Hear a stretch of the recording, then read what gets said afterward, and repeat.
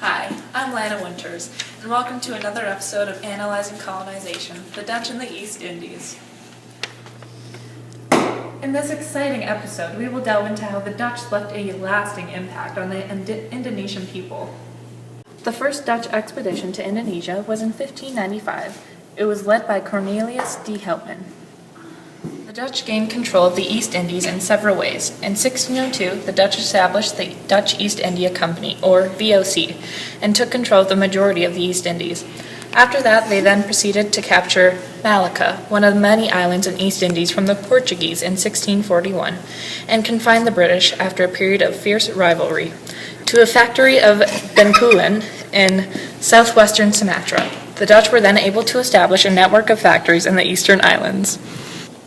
To begin this segment, let's talk about the political aspects of the Dutch colonization on the East Indies. Today, we're hosting a former member of the VOC. Welcome, Marjolein Koning.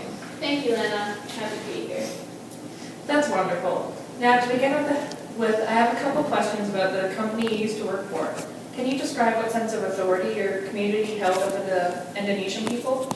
Well, the Dutch did not establish a close administrative system in the areas that were under its direct control initially. Instead, the VOC replaced the sovereign of the royal court and, in doing so, inherited the existing structure of authority. The Governor-General was the highest-ranking authority of the colonies, outranking traditional rulers of the East Indies. If that's the case, then what happened to the Indonesian people who used to work in the government? After the traditional rulers lost control of the government, they were replaced under Dutch officials in the racially based social hierarchy. The indigenous hierarchy functioned as the intermediary between the Japanese peasants and the European civil service.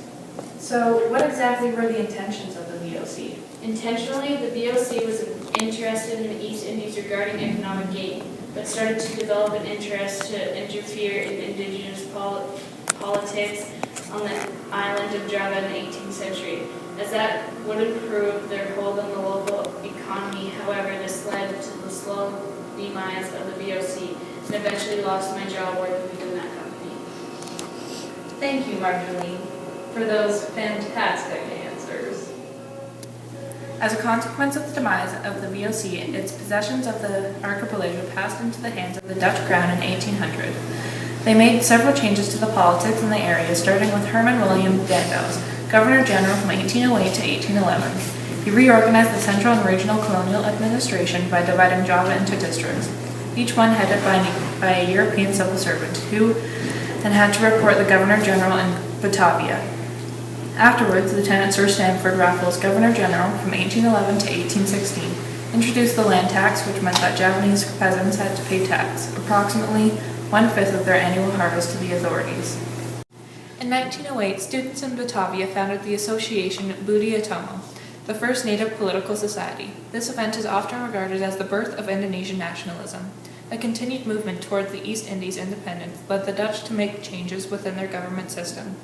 A relative tolerant regime was replaced by a repressive one in which every suspected act of subversive behavior was suppressed. Eventually, the East Indies regained independence in 1949.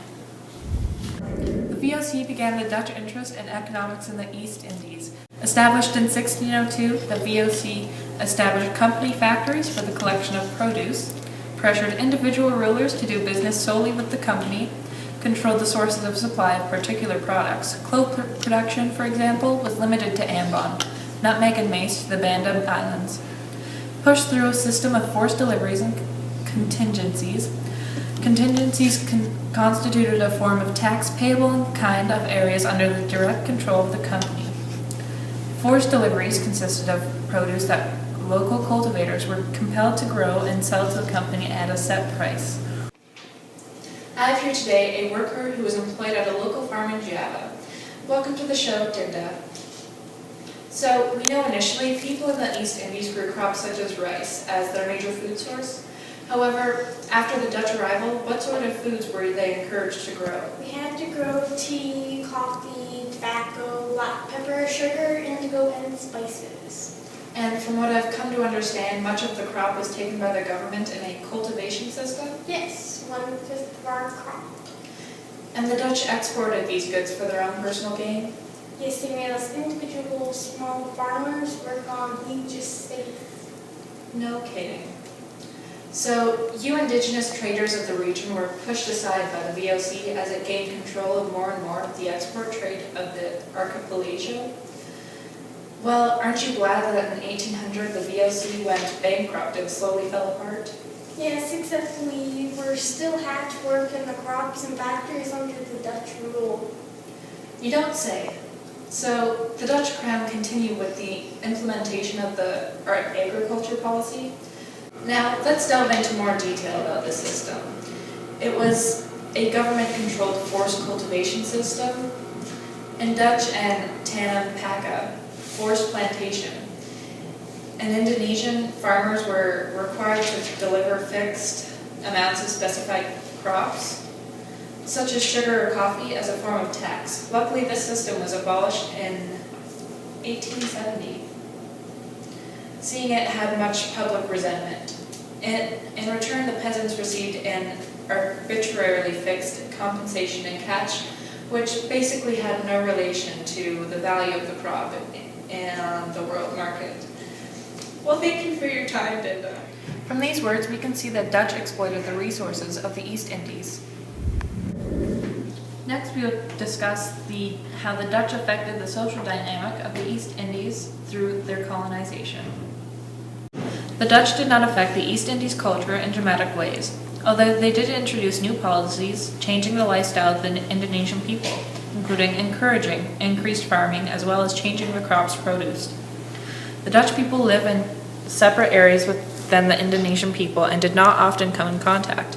They actually helped expose the indigenous to other various cultures through trade and accommodated the Indonesian people, allowing them to maintain their way of life, in ways such as allowing them to keep their laws and customs for the most part under the rule of the Dutch. First, we will speak with Connie Pickard, whose major deals with the subject of colonization.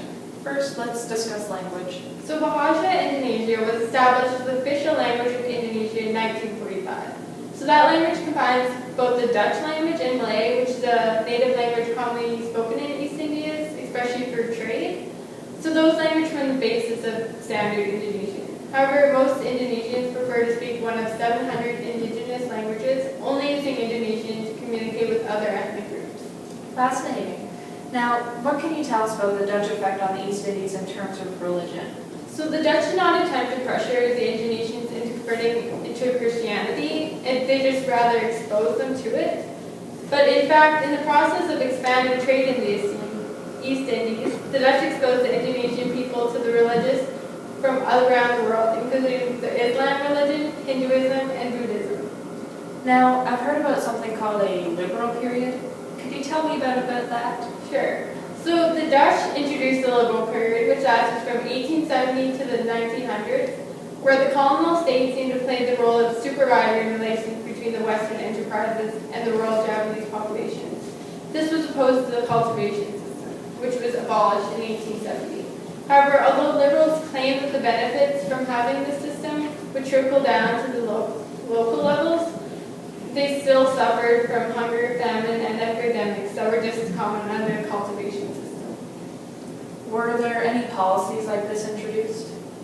So there was an ethnic policy which was created by the Dutch to pay back their debt of honor to the Indonesians. It was aimed at making a better quality of life for the native population. To accomplish this, it required direct state intervention in the lives of indigenous people. It promoted the slogan, irrigation, education, and immigration. Well, thank you, Connie, for those inciting words. Lastly, we will discuss the Dutch school system, which came about after the ethical policy. We have brought in a student who attended one of those schools. Welcome, Gertrude. Could you tell me about the levels of schooling? Yes, there was school systems that admitted Dutch children and those of the Indonesian upper class to be educated at the top schools. There was a second tier of schooling based on race, which separated schools from Indonesians, Arabs, and Chinese being taught in Dutch and with the Dutch curriculum. Oh, so the ethical policy brought this about? Now I've heard the ethical policy had a profound side effect. Its educational component contributed significantly to to the awakening of Indonesian nationalism by providing Indonesians the intellectual tools to organize and articulate their objections to colonial rule. That's correct. The policy provided a small Indonesian elite with Western politics, ideas of freedom and democracy. Here are some short words from Jeff R. Noordmeer, a Dutchman speaking about the Dutch relinquishing control over the colonies in East Indies. I always felt that the Dutch government did a very poor job preparing the Indonesians for self-rule. After all, the East Indies had been under colonial rule for 300 years, and perhaps not ready to govern themselves. However, maintaining the colony was too much of a financial burden for the Dutch, as they had just undergone World War II and all of its problems. Under much pressure of the American government, the Dutch finally gave Indonesia total independence. We also have some short clips from Joyt Teerkolk on her opinions on the Dutch independence, as well as Dutch and Indonesian government. Dit is de 85-jarige Joti Terkulve. Ze woont al jaren in Wassenaar, maar hier groeide ze op. In het bergdorpje Linggadjati in Indonesië. Toen in Holland en ik zat heel vrolijk, ik was toen net aangekomen in Utrecht, te demonstreren van Indonesië nimmer vrij. Indonesië hoort bij Nederland. Ze zijn nog wel 400 jaar niet toe aan onafhankelijkheid. Het volk achter. Het volk wil ons, orde, rust en het is toch ons land? Weet je, dit willen alleen maar die Hollanders. Dit is ons land. Here she speaks about how she feels the Indonesian people are faring after their independence. En ik ben natuurlijk gedeeltelijk Indonesisch. En daarom ben ik zo blij dat het zo goed gaat met dit land.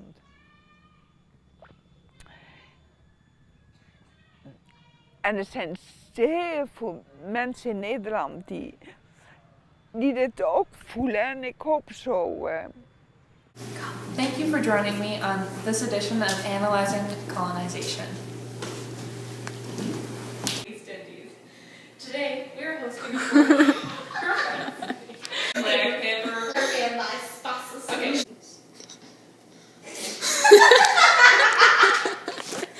No, I didn't start it.